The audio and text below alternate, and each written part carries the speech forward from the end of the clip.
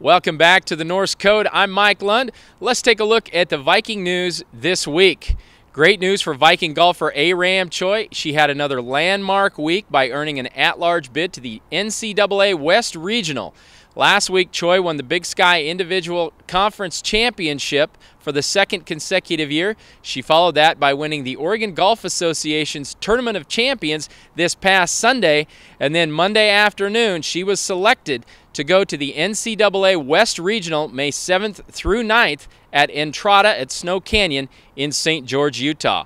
Follow GoVikes.com for updates on Aram as she tries to become the first Viking ever to reach the NCAA National Tournament. Also in Big Sky news this week, very exciting news for men's and women's basketball.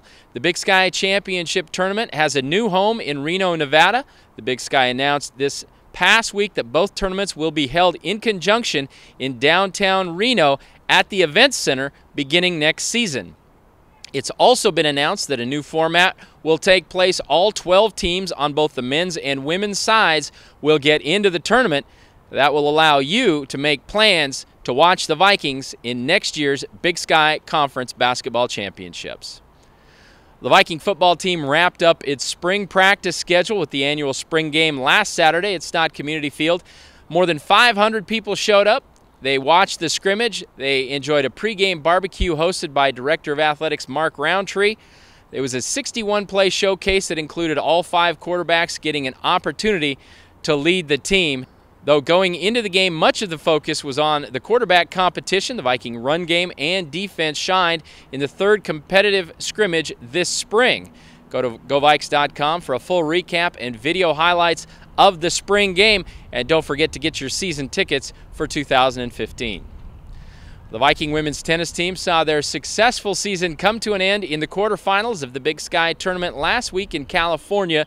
The Vikings made the Big Sky Tournament for the second straight season after earning their first ever tournament berth last year.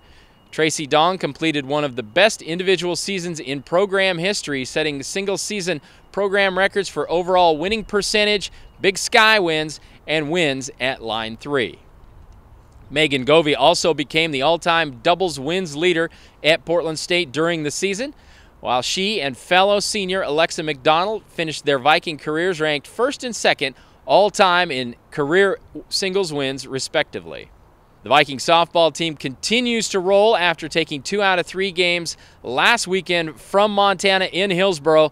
Those victories gave Portland State wins in 6 of their last 8 games. Brittany Hendrickson had a tremendous week at the plate, going 9 for 18 with 6 runs scored, 3 home runs, and 10 runs batted in on her way to being named Big Sky Conference Player of the Week.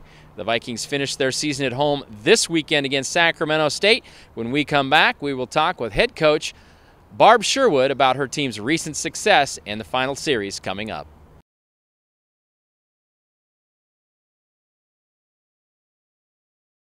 We are here with head softball coach Barb Sherwood, going to talk a little softball as the Vikings have their season home finale this weekend. They play Sacramento State in a doubleheader Friday and then Saturday at noon. Those games at Hillsboro at Gordon Faber Sports Complex.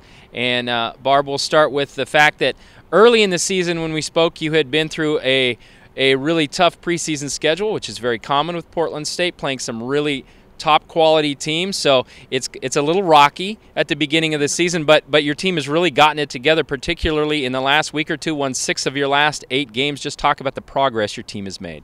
Oh, they're playing really well. They're gelling as a team. A lot of people are coming through in big situations, and really it's been a total team effort through and through. Now, I know your pitching staff has also picked it up lately. Last week against Oregon State, a really good Oregon State team, held them to, I believe, 3 runs in 2 games, split the doubleheader with Oregon State. How about the progress of that pitching staff? Oh, that was an amazing showing by our pitching staff. All 5 pitchers through, and all 5 did really well. Okay, and also at the plate, it's been a lot of success, especially in the heart of the order. Brittany Hendrickson had another amazing week, Big Sky Conference Player of the Week. Talk about her in the middle of that order. She's been phenomenal in the last couple of weeks. She's absolutely been on fire. In addition to her, Ashley's really come alive, and Aubrey Nitcham was 9 for 12 last weekend as well. 1 through 9, we've just really been putting the ball in play, and it's been good for us. Okay, now we go into the final weekend of the season against Sacramento State. Going to try to finish the season really strong. Talk a little bit about Sacramento State and what we have to do to get some wins this weekend. Sac State's a very strong program. They have very good pitching staff, and they also have some pretty strong hitters in the middle of their order. So, figuring out how to pitch around them a little bit, but also, being able to continue to what we're doing offensively and hit their pitching. Okay, and it'll also be Senior Day on Saturday. 3 seniors, Rhea Johnson, Brittany Hendrickson, and Aubrey Nitcham. And what have those 3 meant to the program? Oh, those 3 have been amazing. Not only have they been amazing on the field, but they're great human beings, and they're wonderful representatives of the university and our softball program. Okay, great. Well, we look forward to seeing that this weekend once again at Hillsboro Stadium's Gordon Faber Sports Complex. It's a whole mouthful, but get out there. The games are free, and you can see the Vikings doubleheader Friday beginning at 1, Saturday at noon.